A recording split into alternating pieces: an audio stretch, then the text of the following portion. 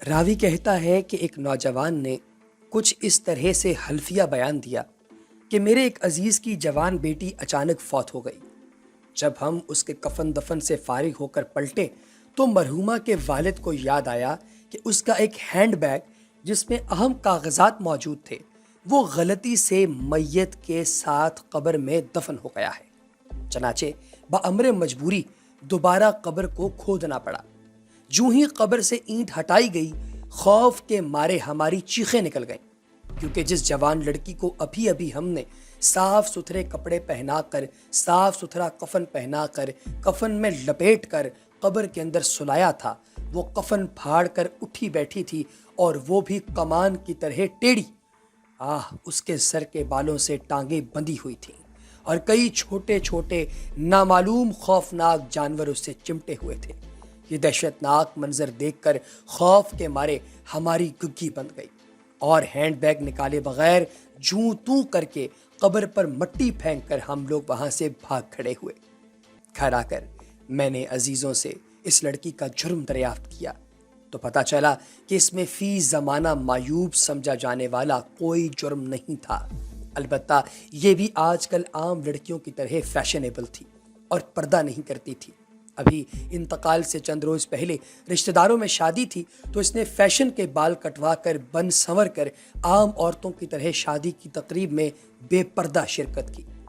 اے میری بہنوں، صدا تم گلی کوچوں میں مت، سن لو قبر میں جب جاؤ گی، سانپ بچھو دیکھ کر چلاؤ گی، گلیوں میں مت پھرتی رہو۔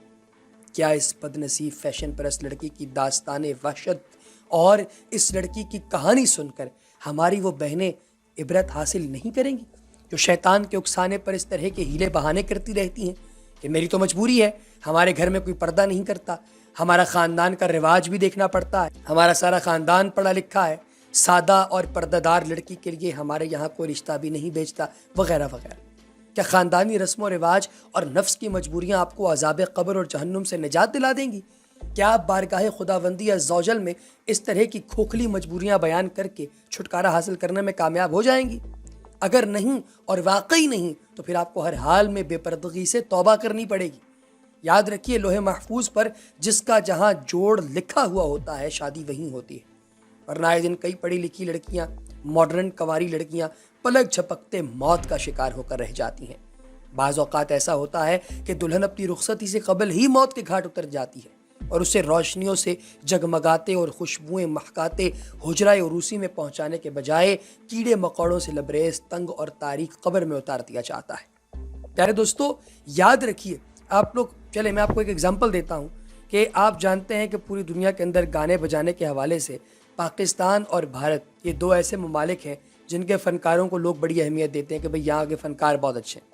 اب بھارت کے اندر آپ جانتے ہیں کہ اے آر رحمان نام کا ایک موسیقار ہے، اس کی دو بیٹیاں ہیں، ان میں سے ایک بیٹی ایسی ہے جو کہ لگاتار بالکل فیشنیبل عورتوں کی طرح اپنے آپ کو جو ہے وہ بنا سنوار کر باہر نکلی ہوئی ہوتی ہے، جبکہ جو دوسری بیٹی ہے اس کی، وہ صرف قرآن کی تلاوت کرتی ہے، نعت پڑھتی ہے اور پردے میں رہتی ہے، یعنی برقع لیتی ہے۔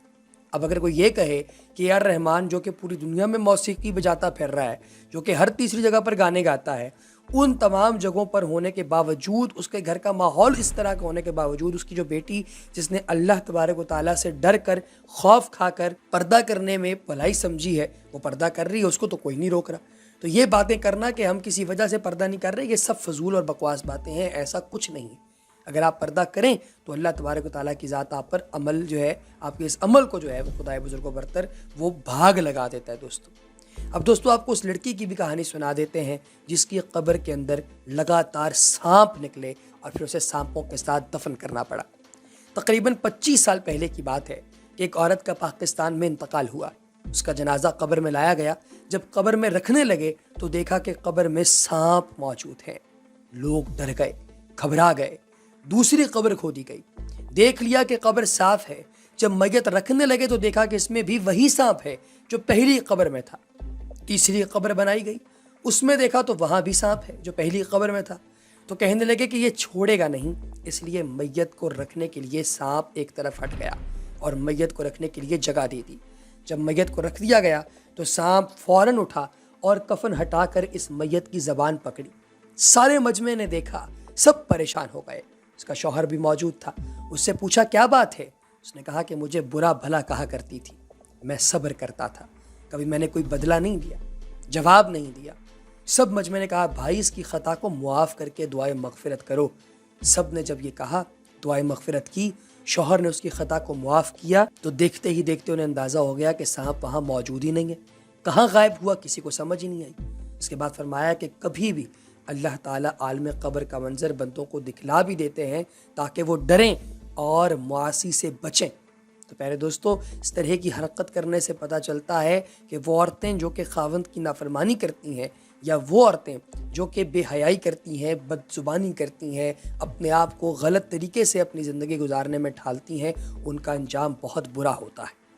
پیارے دوستو، اسی طریقے سے ایک اور شخص کا واقعہ سنایا دیتا ہے۔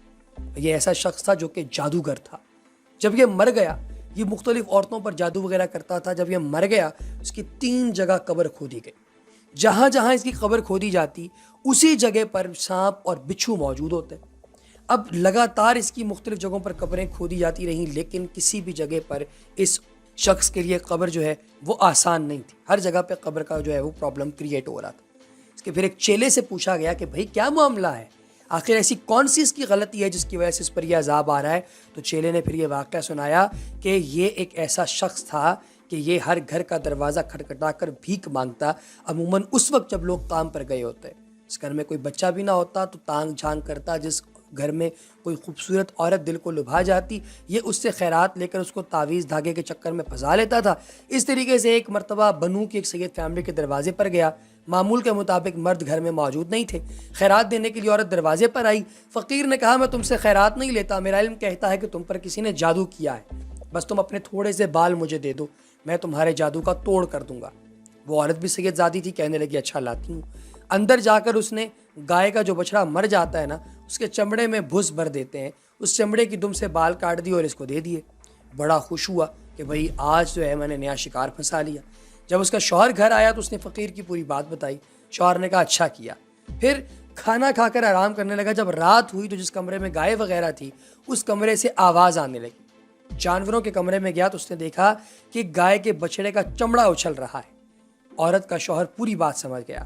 اس نے دروازہ بند کیا اور اپنے 2 دوست ساتھ لیے اور گھاس کاٹنے والا آرا لیا، پھر کمرے کا دروازہ کھول دیا۔ اب چمڑا اچھل کر ایک طرف چل پڑا۔ پیچھے وہ اور اس کے دوست چھپتے چھپاتے تعاقب کرتے رہے۔ اب وہ چمڑا قبرستان میں داخل ہو گیا اور بالکل قبرستان کے درمیان وہ فقیر جھونپڑے کے باہر اس طرف دیکھ رہا تھا، مگر وہ حیران ہوا کہ عورت کی بجائے کوئی اور چیز اس سائڈ پہ آ رہی۔